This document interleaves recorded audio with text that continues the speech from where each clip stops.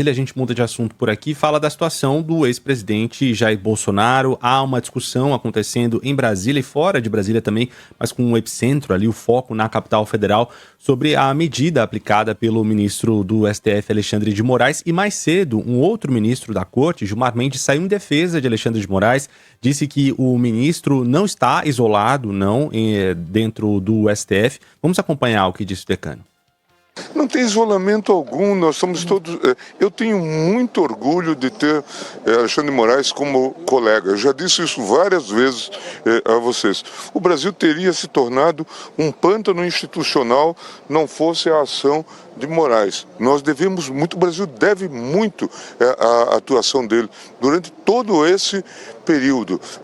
No período da Covid, no período do TSE, depois com todas essas questões, fake news, um trabalho desafiador. Bom, Gilmar Mendes também lembrou que o plano golpista que está sendo investigado previa esse plano o assassinato do ministro Alexandre de Moraes. Nós precisamos ressaltar isso. Havia um plano, é chocante.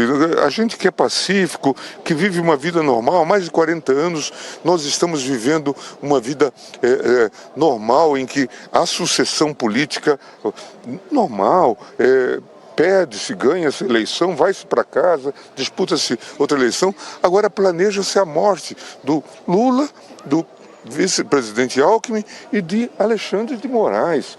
Isso acaba de ser reconhecido, confessado pelo general Fernandes. Nós estamos falando de coisas, portanto, extremamente sérias. Não estamos falando de um passeio no parque. Isso é extremamente grave. Então, é preciso que isso seja reconhecido e ressaltado. Bom, portanto, palavras do decano do Supremo Tribunal Federal, que saiu em defesa aí da atuação de Alexandre de Moraes, mas o fato é que a prisão domiciliar de Jair Bolsonaro, do ex-presidente, provocou uma crise que segue. Ontem a gente estava ao vivo aqui quando trouxemos a informação das duas mesas diretoras, os plenários da Câmara e do Senado ocupados por integrantes do PL, por alguns integrantes de outros partidos. Essa ocupação continua. Hoje Alexandre de Moraes deu um sinal aí de que aliviou um pouco as decisões que havia tomado em relação a Jair Bolsonaro, porque ele liberou a visita de filhos, de parentes mais próximos, sem necessidade de um pedido prévio de autorização à Justiça. Mas, de qualquer forma, no Congresso a crise é intensa, tem reuniões importantes acontecendo por lá agora à tarde, e quem acompanha tudo pra gente é o Caian Messina, que está lá no Congresso, trazendo as informações. Por favor, Caian. Exatamente, Adriano. Beijo para você, abraço para o Renan, bem-vindo de volta, para os nossos queridos telespectadores. Exatamente, a gente está falando ao vivo aqui do epicentro, né, do olho do furacão, Salão Verde da Câmara dos Deputados. Ao fundo está justamente o plenário Ulisses Guimarães, que continua interditado, apenas parlamentares podem passar para lá, podem entrar, por isso porque a oposição segue justamente nesse protesto contra a prisão domiciliar de Jair Bolsonaro. A oposição, inclusive, colocou na mesa um pacote de propostas, né, justamente que, segundo eles, assim que forem atendidas, esse protesto termina. Entre essas propostas está justamente a anistia dos condenados do 8 de janeiro, o impeachment pelo Senado de Alexandre de Moraes e o fim do foro privilegiado, que hoje permite que ex-presidentes e parlamentares, até mesmo antes da diplomação, eles possam realmente ser julgados pelo STF. O problema é que são pautas, na avaliação dos governistas, inegociáveis. É muito complicado colocar propostas tão radicais, palavras de governistas,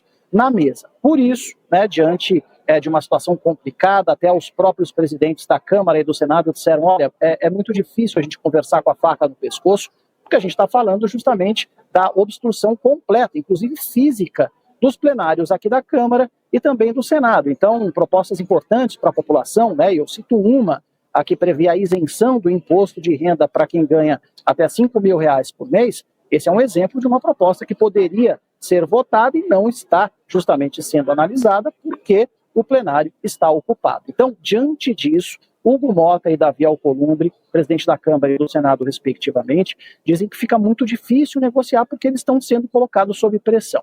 Mas, informação importante, neste momento está havendo realmente uma brecha nessa tensão e a negociação aos poucos está sendo retomada. A oposição disse que não participaria de uma reunião de líderes partidários na residência oficial de Hugo Mota hoje, mas aceitou conversar com o presidente da Câmara de maneira separada. Eles não querem conversar com os governistas nesse instante, mas isso já permite justamente, né, que haja uma conversa mínima para, né, de maneira básica, a desocupação do plenário da casa. Essa conversa de alguns oposicionistas importantes, como o líder do PL, Sóstenes Cavalcante, o líder também da oposição aqui na casa, Luciano Zucco, está acontecendo neste momento com Hugo Mota. Na sequência, o presidente da Câmara aí sim se reúne com todos os outros líderes, principalmente da base aliada. Ou seja, Adriana, Renan e telespectadores, temos aí, né, uma brechinha, né, algo realmente muito pequeno para uma negociação que certamente não será fácil de agora em diante. Caian, eu acho importante a gente dizer que tem duas interpretações, obviamente, completamente distintas.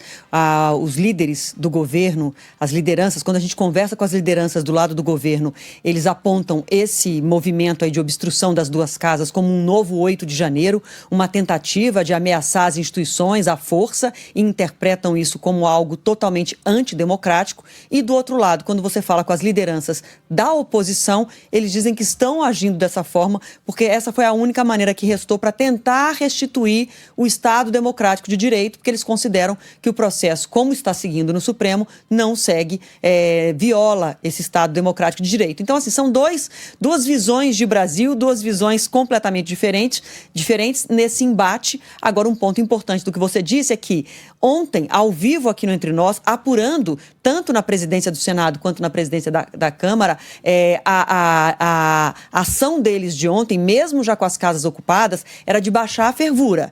Então, tanto que as notas foram pedindo entendimento, diálogo, respeito institucional. E hoje, já senti, nas conversas que tive, uma irritação, porque esse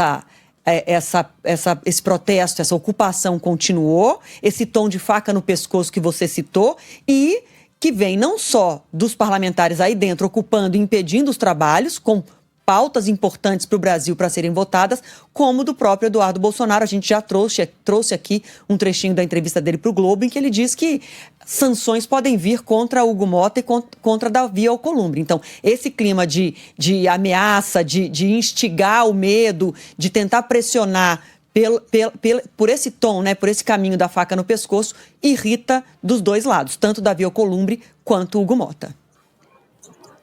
Não, sem dúvida, né? Inclusive, eles estão sendo colocados contra a parede, né, os presidentes. É assim que eles estão se sentindo. Eu conversei com parlamentares próximos, tanto de Hugo Mota quanto de Davi Alcolumbre, e eles falam, olha, como é que a gente vai se sentar à mesa, sendo que a gente está colocado ali contra a parede, né? A gente não tem um mínimo de possibilidade de negociação, porque para a oposição nesse momento é tudo ou tudo, né? Eles não aceitam recuar, eles não aceitam tentar desescalar essa situação.